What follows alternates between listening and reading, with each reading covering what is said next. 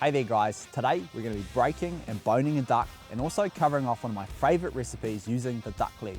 My name's James Smith, aka the Tattooed Butcher, and this is another episode of the Field to Plate series brought to you by Hunting and Fishing New Zealand. Alright guys, so firstly today we're going to be using a farm duck opposed to a wild duck. Obviously the big difference is there being the farm duck is fed up, doesn't fly, so it's got a lot more fat on it. And obviously we don't get that gamey taste. But as far as the breakdown goes, it is exactly the same as what you'd see in a wild duck. So follow my easy steps to breaking down your duck at home. To get things started guys, we're going to talk about my tool of choice for the day, and today I am going to be using a 4-inch curved boning knife from Butchery knives. I find the shorter knives are really good for poultry, so a 4-inch knife is ideal opposed to the 5 or the 6-inch curved boning knife. So first cut we're going to make is we're going to cut around the neck, and we're just going to joint this neck off. The next step we're going to do is we're just going to remove our wings. So what I like to do is I open them up a bit, and they're just a ball and socket joint. So I use the tip of my knife, and I pop that joint open and curve around it, okay? And we're going to do the exact same on the other side. Okay, I'm pulling it, I'm just going to make a nice cut and pop it out just like that. The next cut that we're going to make, we're going to flip it over onto its back, and we're actually going to remove the legs. So because it's got quite a bit of fat, we can't actually see where that muscle goes, but we know it goes just between the V there. So we just make a nice little cut, and what I do is I actually start to pull that away. Again, with that fat we can't quite see everything, so I'm going to do the same on the other side before we remove the leg. And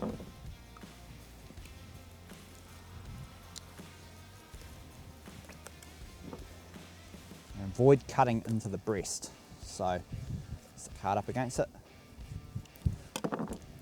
So from that point we just need to actually pop that hip, pop that out of the hip bone, and we just follow it down the backbone to remove those legs.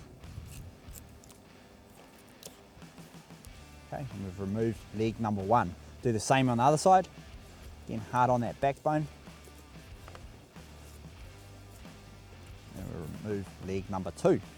Now all we have to do is remove our breasts. There's 2 ways we can do this. Basically flip this over.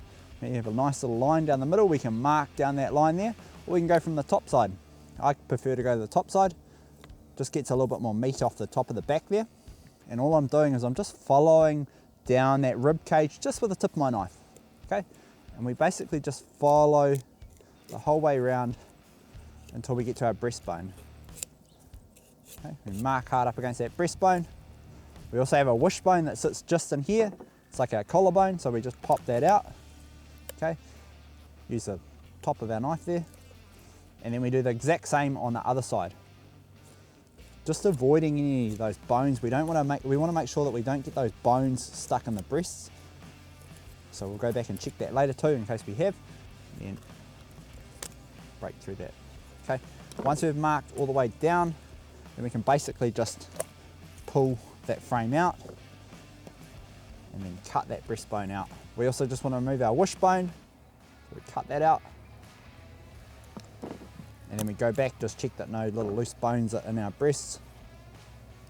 Now at this point we can actually roll these into a mini roast. We can do a double breasted roast, otherwise we can split them in half and we can sear these either side and roast them slow.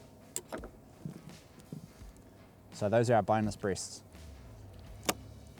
Now what we're doing today is we're actually getting creative with the legs. So we're going to remove the leg bones. So I'm just going to take that heavy fat off that we don't need. And all we're going to do is we're just going to take, so like I said, we're going to take the bone out. So we've got our thigh bone and we've got the drum bone as well that sits in there. So we're just going to remove those out. Okay, so I just follow those bones, tip of the knife quite hard up against those. Obviously making sure that we're not getting any loose little bits of cartilage. And I like to peel this back. Just take your time with this too. I've done this a lot of times. There we go. So we just double check too that there's no cartilage bones in there, but that feels pretty good to me. So we're going to do the same, and then we're actually going to stuff these. So this is one of my favourite recipes to do with a boneless duck leg. It is a pistachio and cranberry stuffed duck leg wrapped in prosciutto. Now if you guys are using wild meat, obviously it doesn't have that same amount of fat, so prosciutto or bacon is really good to keep that fat and that moisture inside the meat to stop it drying out. So I'm using a fattier duck today, but when you guys are using wild meat, like I said, bacon, prosciutto adds loads of moisture and flavour, and who doesn't love bacon? So cook time for one of these is 25 minutes at 180 degrees Celsius, and we're going to be cooking it on the Traeger.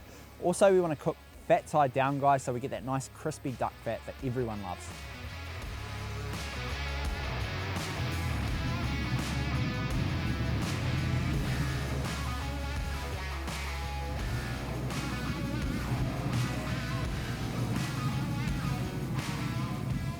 Cool, so that's a wrap on how to break, bone, and also make one of my favourite recipes using the duck leg.